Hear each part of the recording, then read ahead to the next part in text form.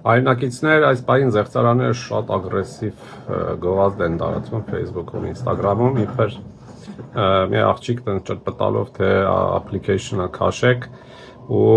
ՀԴՄԿ-ները սկան արեք եւ cashback կստանաք, կառավարությունը ինչ որ տոկոս վերադարձնում է։ Օգտվում են ինչ որ մի բանից, որը իրականում ինչ որ տենց նորություններում եղել է։ Հիմա